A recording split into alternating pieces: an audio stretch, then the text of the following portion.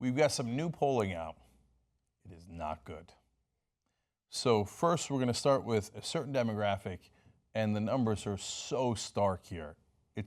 If you're not familiar with this, I'm already a little bit familiar with it, but it's getting worse and worse. You better be sitting. So first, this part you often hear. Hillary Clinton, she does better with women, right? Especially college-educated women. So in the latest ABC News Washington Post poll, with college-educated white women, Hillary Clinton with a big lead, 57 to 32, 25-point lead. You hear about that a decent amount. Trump has trouble getting the female vote. Now, let's go to a different demographic. Non-college educated white males. Holy cow. Donald Trump wins in that category 76 to 17. That is a 59-point differential. I'm going to repeat that because it is that shocking. Donald Trump leads with non-college educated white males by 59 points. Now, do Republicans always win non-college educated white males? Yes, they almost always do. Mitt Romney won them too, and by a large margin. Mitt Romney won them by 31 points. Donald Trump is nearly doubling Mitt Romney in that demographic, winning by 59 points. Okay, now, but are there enough people in that category to swing the election? Well, a couple of weeks ago, I made my soft prediction here on the Young Turks as to how I think the shape of the race is going to end based on what we know right now. And I said that there were two states that Hillary Clinton absolutely needed to win. Those were her firewalls. If she won those, she would hang on and win by a razor-thin margin. Those states were Colorado and Pennsylvania. That assumes that she's going to lose Florida and Ohio. And right now, she's losing Ohio by an increasingly higher percentage. And in Florida, it keeps seesawing back and forth. It's basically tied, but it's not trending in her direction. So, but she could still win, even if she loses Ohio and Florida. But she's got to hold Colorado and Pennsylvania. She has to. If she doesn't, she's done. And Donald Trump is president. So now let's go to that same, a CNN ORC poll. In Colorado, likely voters break 42% for Trump, 41% for Clinton, 13% for Libertarian Gary Johnson, and 3% for Green Party candidate Jill Stein. Uh-oh. She once had a very large lead in Colorado. It is gone. Now, it's fair to say that that's a statistical tie. It is. Is that comforting news to you? Let's go to Pennsylvania, where she had, at one point, a 10-point lead. Seemed unassailable. Now, assailable. In Pennsylvania, likely voters split 45% for Clinton, 44% for Trump, 6% for Johnson, and 3% for Stein. So he has a 1-point lead in Colorado. She has a 1-point lead in Pennsylvania. Those are both statistical ties. They're both within the margin of error. Now, Gary Johnson is actually taking a lot of votes away from Hillary Clinton. Why? I mean, he's more conservative. Libertarian is clearly on the more right-wing end of the spectrum. The problem is Gary Johnson's taking a lot of young voters, and the young voters weren't ever going to vote for Trump. So now that's, of course, a generalization, but borne out by the demographic information in the polling. So that is why Gary Johnson is actually taking a surprising number of voters from Hillary Clinton. And then Jill Stein voters very unlikely to vote for Donald Trump. So that's not boding well for her. But even in a lot of the two-way matchups, she's still losing in a lot of these states. And by the way, stop polling the two-way matchups. I got news for you. The election's in 42 days. It isn't going to be a two-way matchup. There's 4 people in the race. Whether you like it or you don't like it, there's this fantasy among mainstream media and Democratic establishment that, no, because of historical trends, at the end, nobody actually votes for those third-party candidates. No, you're basing that on a couple of recent elections. And does this look like a normal election to you? No, this is not a normal election. You keep using old historical standards that don't apply in this election. Besides which, there are plenty of elections where, of course, they voted for third-party candidates, like when Ross Perot was in and swung an election. So stop saying that. They're on the ballots. Stop denying reality. Right now, what we have is a terrible situation. Let me give you just a little bit more details about Colorado and Pennsylvania.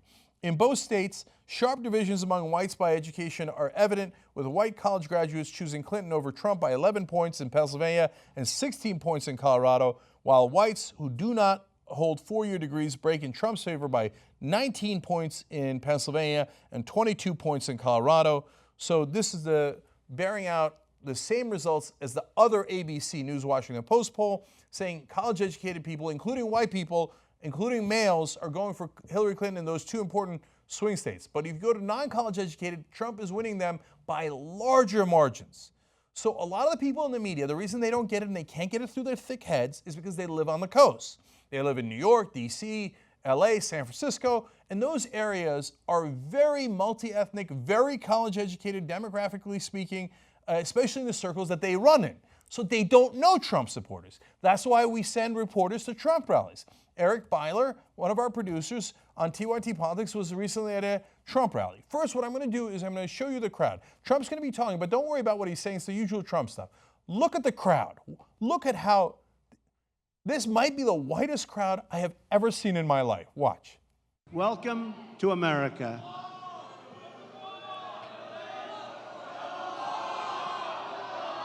Oh, we're going to build a wall. We're going to build a wall. We're going to build a wall.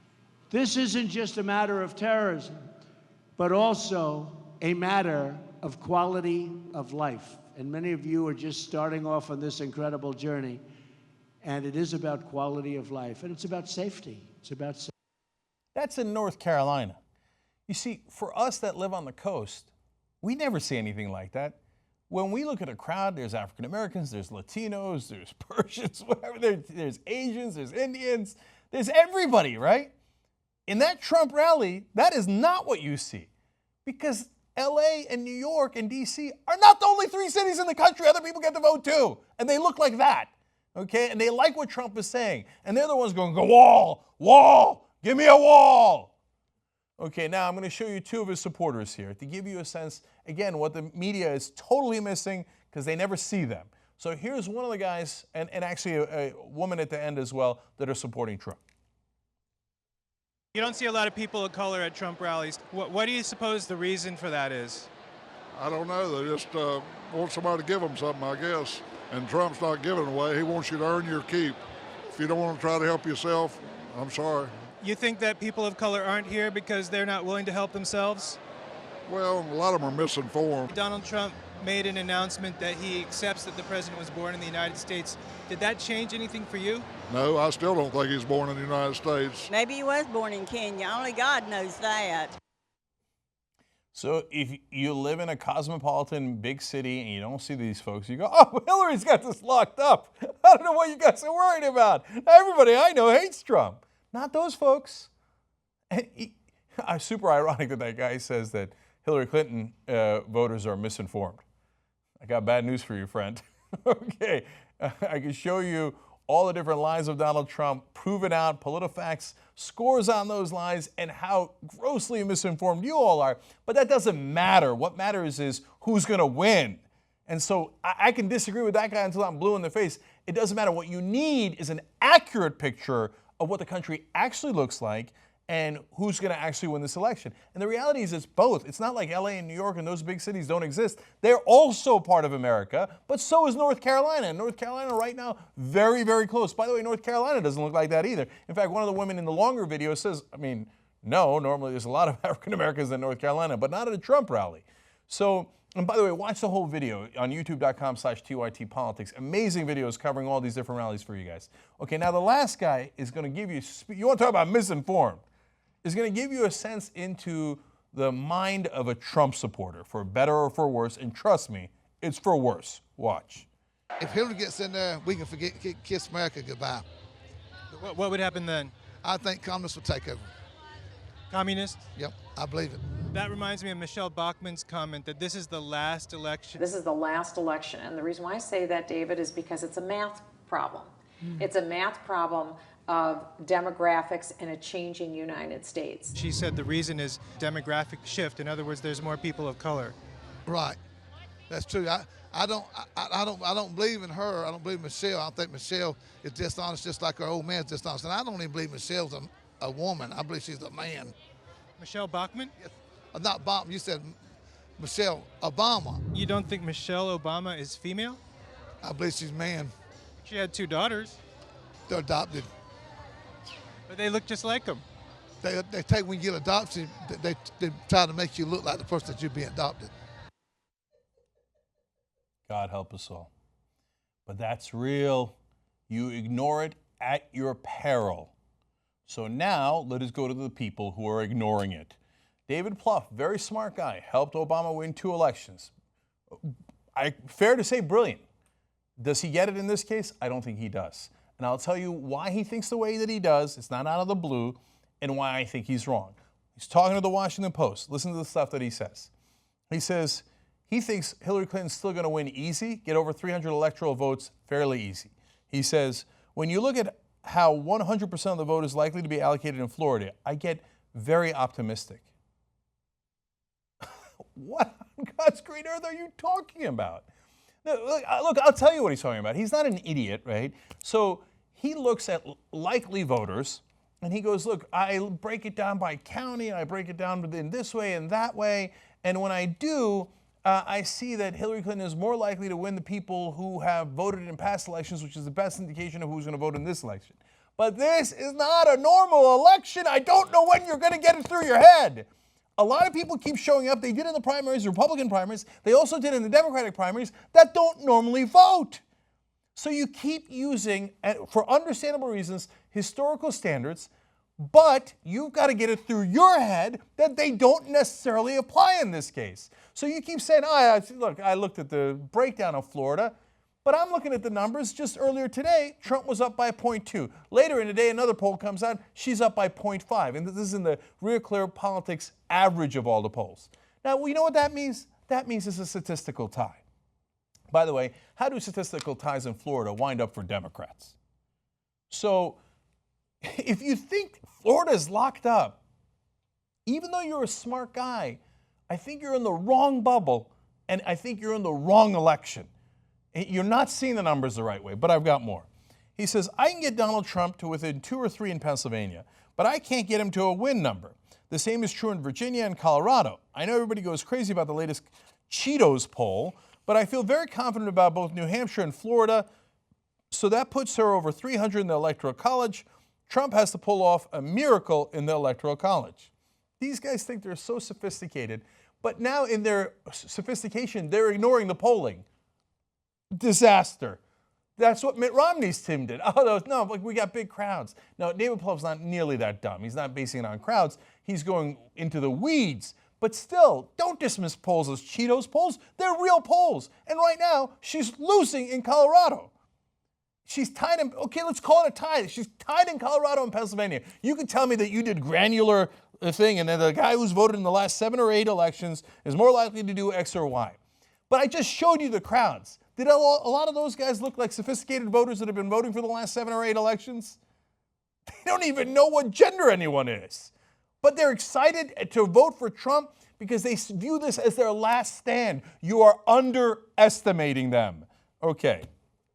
He explains further. There are still a decent number of Latinos who are undecided. She'll win a vast majority of those. Almost every African-American undecided voter will side with her. There's a good chance that college-educated voters, and this is where the debates are important, will break decisively in her favor. But David, if you assume that everyone who you have as undecided breaks for her, yeah, then she'll win.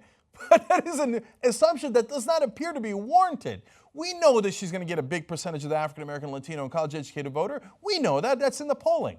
The question is, how big a percentage? And if you assume that all the undecideds in those categories will go to her, well, then your answer is baked into your assumptions.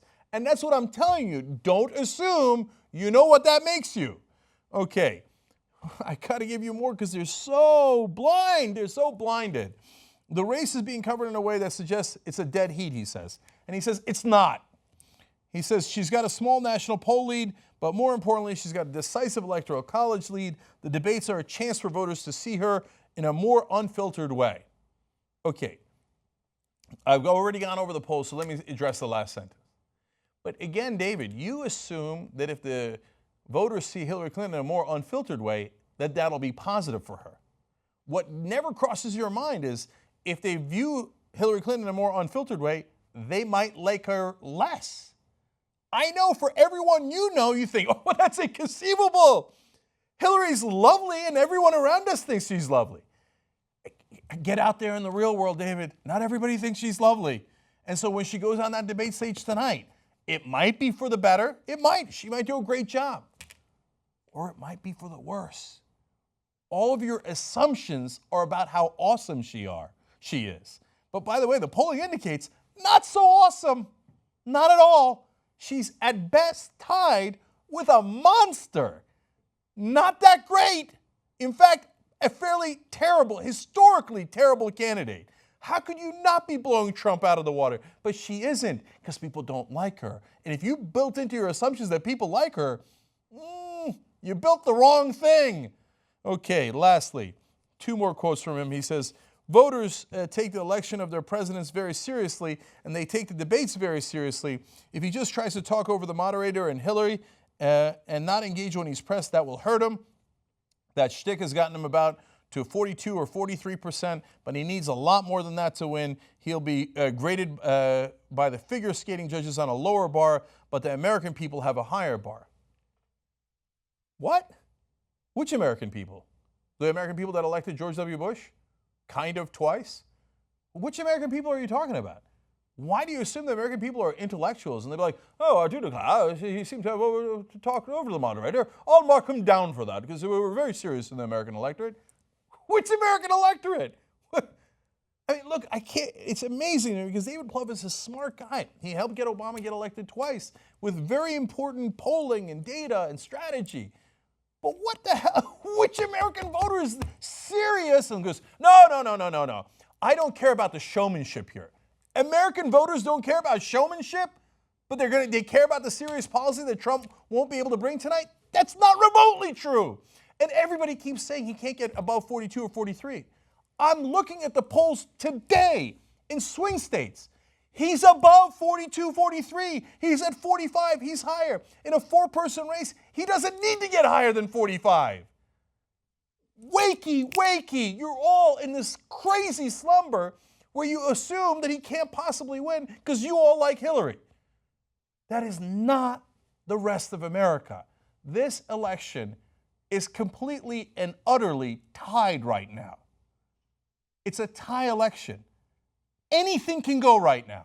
We got 42 days of Armageddon, and you guys are all walking around insanely confident in completely unjustifiable ways.